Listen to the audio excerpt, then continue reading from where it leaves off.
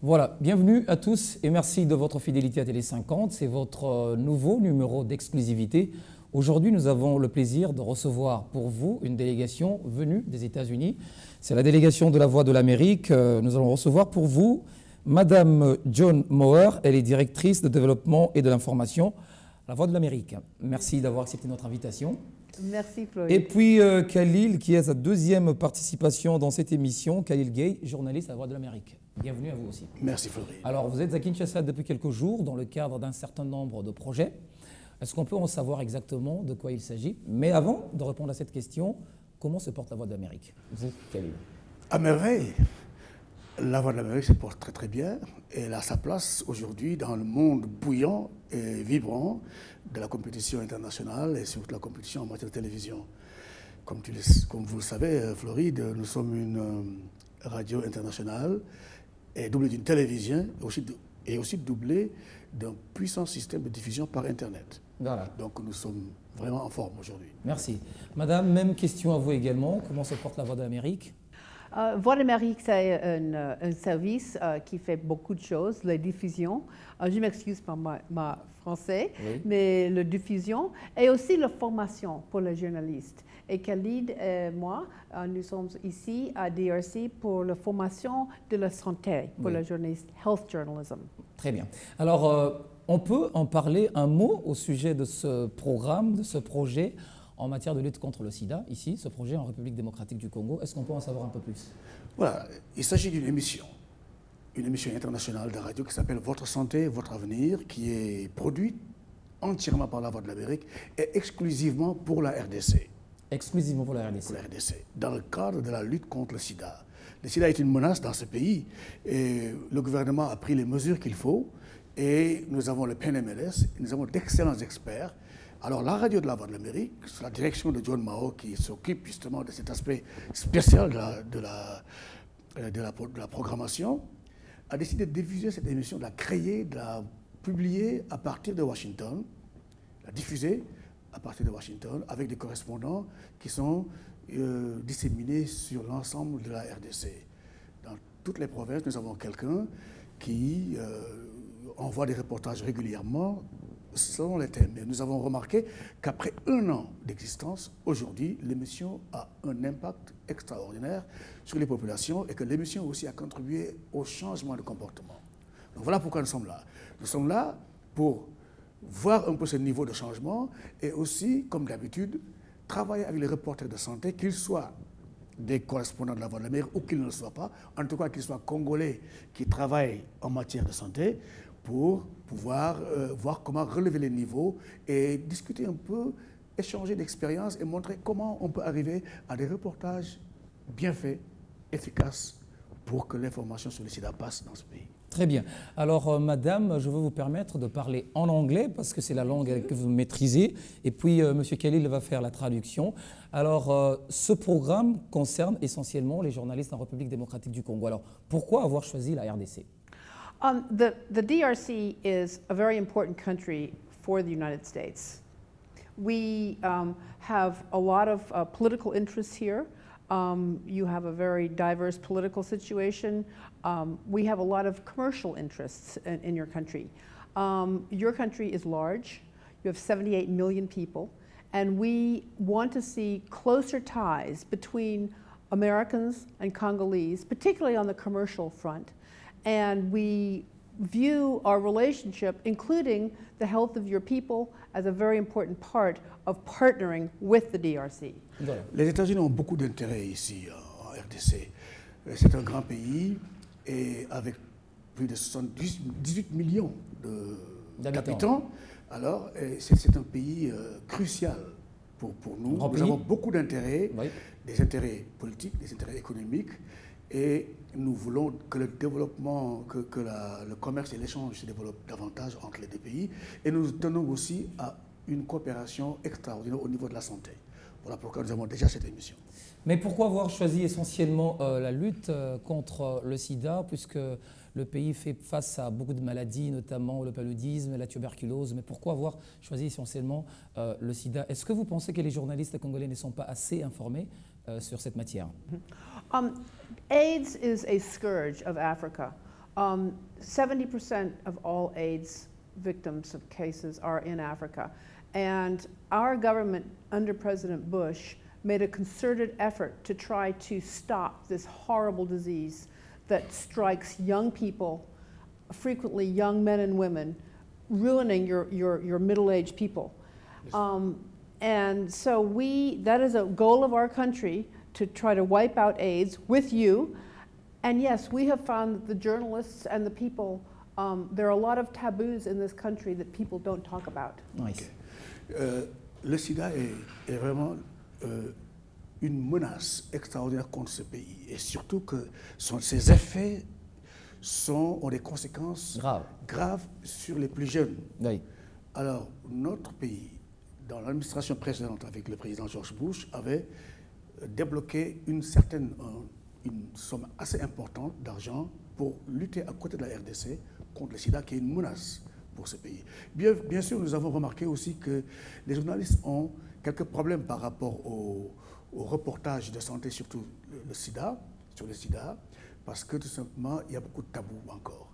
Et que notre rôle est un peu de travailler avec eux pour essayer de voir comment passer par-dessus ces tabous et donner l'information véridique. Parce que sans information, le sida est à l'aise dans son développement ici. Voilà. Alors, quels sont les différents problèmes, difficultés que vous avez pu identifier lorsque vous avez des échanges, notamment avec les journalistes? Quelles sont les différentes difficultés que vous avez pu déceler auprès des journalistes, congolais notamment? One problem is that journalists have a hard time finding people with AIDS who will talk on camera or who will give them interviews. So that's one problem. A second problem is that there's a lot of misinformation about AIDS. How is it transmitted? Can you get AIDS by kissing someone? How do you stop it? The journalists need this scientific information in order to tell the correct story. Deux grands problèmes. D'abord, que les journalistes congolais ont des problèmes pour accéder à des personnes vivant avec le virus qui sont prêtes à leur parler devant la caméra, n'est-ce pas, à visage découvert. Ça, c'est un grand problème. Mais on peut régler ça dans le système que nous avons. Le deuxième problème, c'est que aussi il y a une espèce de manque d'information par rapport au sida. Qu'est-ce que le sida? C'est des questions simples. Hein? Qu'est-ce que le sida? Comment est-ce que le sida est transmis? Transmission? Oui, comment est-ce qu'il est transmis? Est-ce que les journalistes savent ça? C'est pas très évident. Comment c'est transmis? Comment est-ce qu'on peut donner des informations nécessaires et importantes pour que les journalistes puissent faire son travail correctement? Et c'est la raison pour laquelle nous avions des experts avec nous. Parce que n'oubliez pas, Floride, que nous ne sommes pas des experts. Nous sommes des journalistes. Vous êtes journaliste comme moi, oui. Nous sommes des courroies de transmission. Oui. Alors les experts, c'est les docteurs. On peut appeler aussi experts ceux qui vivent avec le virus. C'est des gens qui peuvent nous donner des informations solides sur la maladie. Alors, experts et journalistes échangent ce qu'on a fait l'autre jour. Et ça s'est très très bien passé, je crois. Alors, concernant justement ce projet, quel est votre but ou bien la finalité, la finalité de cette démarche? What's the bottom line of this? What's the bottom line of this project? The bottom line is we hope to see the AIDS rate decline in your country. And I would like to say there are some excellent government officials in DRC, some top doctors. Your military is very aggressive in fighting the fight against AIDS within the soldier community. So you have some excellent people here. The problem is that information needs to get to the population. So our bottom line is let's get information out there, let's bring down the rate of AIDS. We have done that in the United States. We have brought that rate down. We want to see the same thing happen here. Nous l'avons réussi aux États-Unis. Notre but, c'est vraiment abaisser vers le minimum le taux de sida dans ce pays. Et le pays a des experts, d'excellents experts qui sont très très bien, des docteurs et aussi des hommes du gouvernement, des officiels qui sont vraiment convaincus qu'il faut que la lutte continue et qu'elle soit bien faite. Mais pour cela, il faut qu'il y ait une bonne information. Cette bonne information devra nécessairement partir des journalistes qui pourront, une fois qu'ils auront développé un rapport de complicité avec les experts, faire des reportages qui pourront transmettre aux populations l'information nécessaire. Et c'est ça la stratégie. Est-ce qu'avoir les échanges que vous avez eus avec les journalistes, est-ce que vous sentez quand même un intérêt auprès de journalistes à pouvoir aborder véritablement la question touchant le VIH-Sida, puisque très généralement, le journaliste en République démocratique du Congo s'intéresse aux mines, à la politique, la question de la santé n'est pas très touchée. Est-ce qu'il y a cette volonté de journalistes de pouvoir parler ou de pouvoir développer ces sujets au cours de leur reportage? Absolutely. Absolument. Absolutely. You've got some great journalists here. And one thing that we have learned in the United States is that one of the most popular things that people want to hear is about health. We're all concerned about our health. And I think the journalists are doing a very good job. They're very interested, and they want to expand their information, and they want to expand their repertoire of knowledge. So I was very pleased with them. Effectivement, de manière absolue, les journalistes congolais sont d'un dynamisme particulier. Et nous avons remarqué, hier, par exemple, on avait une salle pleine, oui, les journalistes de la presse écrite, d'Internet, de la télévision. C'était mercredi. C'était mercredi, pardon, mercredi, et il y avait tout un échange très vivant entre ces journalistes et les experts.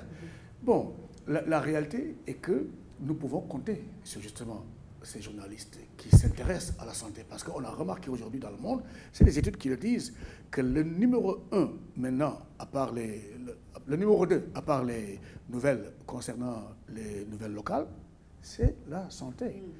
C'est la santé. Et même si le numéro 1 en nouvelles dans le monde, c'est la Ça a été d'ailleurs la priorité du président Obama. Oui, exactement. Voilà, c'est une priorité du président. Alors, quelles sont les différentes thématiques que vous avez abordées cette fois-ci avec les journalistes? Puisque la dernière fois, quand vous étiez ici à Kinshasa, vous en avez bien évidemment parlé aussi avec les journalistes, mais cette fois-ci, les différents thèmes ou thématiques abordés avec les journalistes. Bon, cette fois-ci, nous avons directement attaqué le sujet avec les experts. Nous avions, par exemple, John Mao l'a rappelé, que parmi les spécialistes dans ce pays, non seulement il y a le gouverneur, il y a les officiels du gouvernement qui sont très très bons et engagés, mais encore l'armée. Nous avions le colonel Chala, qui est responsable du PALS, le programme de l'armée dans la lutte contre le sida, avec nous. Nous avions le docteur Kapend, qui est le patron du PNMLS. Nous avions le docteur Mboyo, qui est responsable du secteur privé et chargé de la prise en charge des malades. Et nous avions aussi Jean Lukela, qui est le patron de RENOAC, qui est le réseau des personnes vivant le virus. Donc, voyez-vous, nous avions 4 types d'experts face aux journalistes. Alors, on a laissé le débat se dérouler tranquillement. Et toutes les questions? Toutes les questions étaient là. Pourquoi les journalistes ne voient pas les experts? Comment est-ce que les experts traitent-ils les journalistes quand ils viennent les voir? Est-ce que l'information est disponible? Est-ce que les journalistes sont prêts à couvrir les sit-ins des personnes vives? Alors, tout ça a été un débat très riche et les journalistes sont sortis de cette session avec vraiment quelque chose qui leur permettra, j'en suis sûr, de mieux faire leur travail la prochaine fois. Très bien. Alors, Madame John Moore, une autre question. Est-ce qu'au-delà du fait que vous ayez cité la volonté manifeste des journalistes, est-ce que vous sentez également l'accompagnement des autorités congolaises dans cette lutte où vous vous sentez un tout petit peu solitaire? Est-ce que les autorités congolaises également s'y impliquent? No, I actually think the fact that your AIDS, the Division for AIDS, is under the president signifies something very important. This is a top governmental priority. And I think your officials are very open. I think they're educated, they're smart. I think the problem has been that sometimes there's just not enough interaction between journalists and officials at a level where they can really talk frankly. Effectivement, les autorités du pays sont de manière absolue engagées dans la lutte. Ça, on l'a vu. On a rencontré des officiels du gouvernement qui sont derrière. Et ce matin, nous étions à l'école des Beaux-Arts où le docteur Mboyo, que j'ai cité il y a un instant, oui, donne des cours sur le VIH aux 3 niveaux de gradient. Alors, ça veut dire quoi? C'est une décision d'un ancien gouverneur qui aujourd'hui est au Parlement. Ça veut dire que cette idée de développer l'information du sida est arrivé au Parlement. Ensuite, ce qu'il a dit, c'est que c'est une décision qui a été prise au niveau le plus haut de l'État, au niveau du président.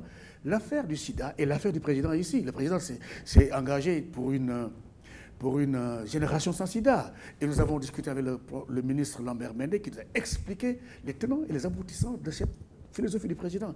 Nous savons que les autorités ici sont entièrement engagées dans la lutte contre le sida. Voilà. Monsieur Khalil, alors c'est un projet très intéressant qui touche la santé, le sida, la lutte contre le sida, mais décidément c'est comme si les journalistes concernés ne sont que de Kinshasa, de la capitale, puisque si déjà ici, à partir de Kinshasa, il y a des problèmes au niveau de la transmission de l'information, de la problématique, alors je me demande, dans le fin fond du pays, à l'intérieur du pays, est-ce que, à eux également, y a-t-il pas un projet? Est-ce que ça ne peut pas les atteindre également? Puisque vous avez dit que le Congo est grand. Oui, le Congo est grand, c'est vrai. Kinshasa, ce n'est pas seulement le Congo. Hein. Mais n'oubliez pas une chose, la Voix de l'Amérique aussi est puissante. Nous sommes entendus sur l'ensemble du territoire. Ensuite, nous nous sommes rendus à Kananga, à Lubumbashi, à Goma, pour faire des formations des journalistes sur le plan local. Donc la même chose que nous avions faite ici, nous l'avons fait, les mêmes choses ont été faites dans les régions. Et nous revenons dans quelques mois pour aller dans d'autres régions. Nous allons aller vers Mandaka, Kindu, pour un peu rencontrer encore les journalistes et puis travailler encore davantage cette formation. C'est ça la stratégie. Kinshasa, Kananga, mais ça ne suffit pas. 11 provinces de la RDC. Oui. 11 provinces, non, on a fait... Pour 11 provinces, déjà nous avons 11 correspondants qui sont dans les provinces, toutes les semaines. Sur la Voix de l'Amérique, sur votre santé, votre avenir, nous avons des reportages qui sont envoyés par les correspondants que nous avons à partir de Mbuji-Mayi, de Goma, de Bukavu, de Mbandaka, de Kindu, de you name it. Bon, mais la formation, elle est continue.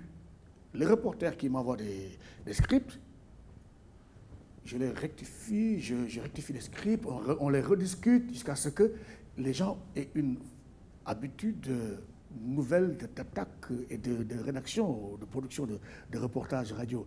Mais comme nous avons dit, nous allons revenir pour aller dans d'autres endroits. Parce que le pays est grand. N'oubliez pas, vous avez 9 frontières avec 9 pays africains. Voilà. Alors, parlons un peu de ce programme maintenant en termes de diffusion à la Voix de l'Amérique. Ça se passe comment exactement? Voilà, le programme est diffusé par la Voix de l'Amérique tous les samedis. Et il est repris, il est dans le monde, oui, par la Voix de l'Amérique tous les samedis. Il est repris ici par... C'est un programme que vous présentez vous-même particulièrement? Que je présente moi-même, que j'écris et que je présente, bien entendu avec les correspondants et notre coordonnatrice, Chouchou Kaora, que vous connaissez, oui, qui est ici à Kinshasa. Donc, toutes les semaines, diffusé dans le monde et aussi repris ici par Raga et par toutes les stations affiliées de la Voix de l'Amérique qui sont ici à Kinshasa. Et la grande nouvelle, c'est que ce programme va être maintenant, à partir d'aujourd'hui, diffusé par la RTNC. Diffusé par la RTNC. Voilà, sur l'ensemble. Et probablement sur Télé 50. Ah, bien sûr. Ah, oui. Nous serions très heureux de démarrer cette émission ici. Voilà. Alors, comment vous avez trouvé quand même la manière d'aborder ces questions auprès des journalistes cette fois-ci par rapport à la dernière fois? How did you find the journalism compared to the last time? Definitely, yes. Yeah. Totally. Plus facile. C'est devenu plus agréable. Nous avons eu beaucoup plus de questions, beaucoup plus osées. Et les journalistes ont été beaucoup plus huilés parce que même si ils n'étaient pas tous là la dernière fois, on a senti l'impact. Parce que l'émission a un impact et aussi on a senti l'impact au niveau de leurs confrères qui étaient là. On a senti hier. L'engouement par rapport à la dernière rencontre que vous avez eue, l'engouement cette fois-ci c'était détail. C'était vraiment plus remarquable cette fois-ci. And the journalists are they're very open, and they're very honest about some of the difficulties that they're facing. One of them is that people don't talk about homosexuality in this country. They don't talk openly, and yet the doctors tell us that it's one of the reasons that AIDS is going up in DRC. Les journalistes ont été quand même très courageux par rapport à leurs nouvelles questions. Des nouvelles questions qui leur sont apparues à la lumière de l'évolution justement de la maladie et de l'évolution de la communication autour de la maladie. Communication dans laquelle nous jouons quand même un rôle pas négligeable. Par exemple, l'aspect de l'homosexualité. Dans ce pays, c'est un tabou, on n'en parle pas beaucoup, alors que nous savons, d'après les docteurs, les experts, c'est toujours les experts, il faut toujours aller vers eux, que ça fait partie de ce qui développe davantage la maladie ici. Donc les journalistes ont posé des questions sur ça, et je crois qu'ils sont sortis avant-hier très contents de... Très bien. À votre avis, est-ce qu'il faut-il, par exemple, qu'il y ait des programmes où l'on parle de la santé communautaire, où l'on parle bien évidemment également du sida, doivent être intégrés dans les programmes scolaires? Absolument, absolument. Yes, we saw today that at one university, they're putting the programs into the university. Les écoles trouvent que c'est un tabou, les écoles. Oh, yeah, I mean... Alors, partagez-nous un tout petit peu l'expérience aux États-Unis. What's the situation in the U.S.? About yeah, it's a school. Okay. It's a school. In the United States, there's a lot more openness about talking about homosexuality, about multiple sexual partners, about mother-to-child transmission. One of the problems you have here is that mothers are feeding their babies breast milk and giving the babies AIDS. But in the United States, it's been a long process, but we do start talking about these issues when the children are 11, 12, 13. And then we're quite open about them. And we have seen our AIDS rate drop dramatically. Aux États-Unis, on commence à parler aux enfants des questions du sida, et justement, quand ils auront 11-12 ans, et nous avons vu que le taux a complètement baissé. Et c'est ce que nous voulons voir ici aussi. Donc, à mon avis, je crois qu'il faut que les écoles s'y mettent. Parce que les écoles aussi, c'est des centres d'information. Des informations. Donc les niveaux de responsabilité, c'est la famille, c'est l'école, c'est l'État, c'est les ONG également. Tout. C'est le monde, vraiment. C'est tout le... AIDS, in some countries, AIDS has had a devastating impact. In Swaziland, a quarter of the people have AIDS. In Zimbabwe, they lost a generation of leaders. And you don't have quite the problem yet in Congo, but we need to stop it. Okay. Donc, dans certains pays comme le Swaziland, ils ont perdu une génération de leaders. Ici au Congo, vous n'en êtes pas encore là.